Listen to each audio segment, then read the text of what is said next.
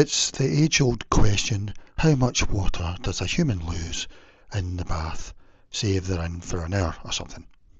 Don't quote me on this, but I'm taking this from Google Gemini, and it says, say if you're in for an hour, how much do you sweat, basically? It says you might sweat up to 1.6 litres, which I couldn't believe. That was really high. And what to do? You should drink water before, during and after sipping, it says. And if you're in that long, use electrolytes. I suppose treating it like a marathon, really. Here's what Google Gemini says. This was while I was in the bath, I was reading this. So it's saying for 15 minutes. I mean, most of it's coming out of sweat, but you might also lose some of it from increased urination due to diuresis. And the skin barrier is designed as an excellent barrier, but it can absorb water, causing the pruning effect. I also thought that was drying out, but it's probably the opposite. It's actually too much water, is it? And yeah, it said somewhere about 15 minutes. One study found that healthy subjects lost approximately 800 milliliters, about 27 fluid ounces, of body water after bathing in hot water, 41 degrees Celsius, 105.8 degrees Fahrenheit, for 15 minutes and resting for 30 minutes afterwards. So that was even after the rest. They were still losing, must have been still losing water, but for 15 minutes you might be losing 800 milliliters of water. So always drink a lot before, after and during, I would say. Yeah, it says before you soak, pre-hydrate. Drink a full glass of water, around 8 to 16 ounces, before you even step into the bath. This gives your body a head start on fluid balance. And check your urine. We should all know this. If your urine's too dark, it usually means that you're dehydrated. And during the bath, keep water nearby. Sip frequently.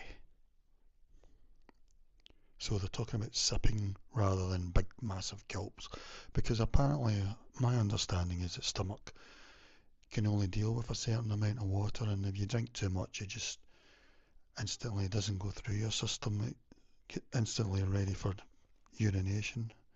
I could be talking rubbish there, but sipping seems to be the best thing. Watch the temperature, obviously.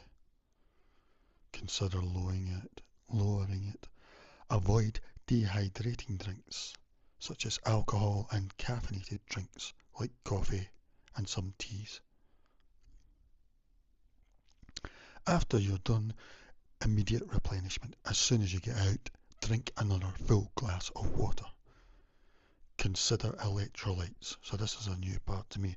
I knew about this for sports, long distance running and things. If you took a very long, very hot bath, your body also loses electrolytes, salts, they're calling it. It's a good way to think of it, through sweat. In this case, an electrolyte enhanced beverage or infusing your water with a pinch of salt and lemon can be more effective than plain water alone for restoring the balance. And obviously rest and cool down afterwards. Take a moment to rest and cool down. This helps your body temperature return to normal and reduces continued sweating, because when you're in a bath you're actually sweating more because you're at a high temperature, and when you do that your body sweats, but you don't realise because you're in the bath maybe, but yes you are. You're sweating more. Then I asked it the 1 hour question. They're saying that 1 hour is not very good for you. But the estimated loss in a hot bath for 1 hour, around about 40 degrees Celsius or 104 degrees Fahrenheit, that's the same thing, can result in a total body water loss of up to 1 to 16 kilograms, or 1 to 1.6 milliliters. That's 1 litre to 1.6 litres. I don't know what that is in pints, usually it tells you. Yeah, it's roughly 1 litre is roughly 34 fluid ounces. So it's like between losing 34 to over 54 fluid ounces of water if you have a 1 hour bath at 40 degrees Celsius, 104 degrees Fahrenheit. The dehydration mechanisms. Well, the studies often involve a bath followed by a wrap rest to measure the full effect.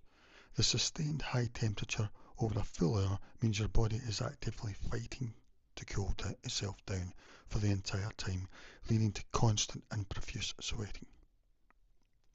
And then they go on to say, it's dangerous. I mean, surely quite a lot of us have a bath for an hour, say if you're relaxing or whatever.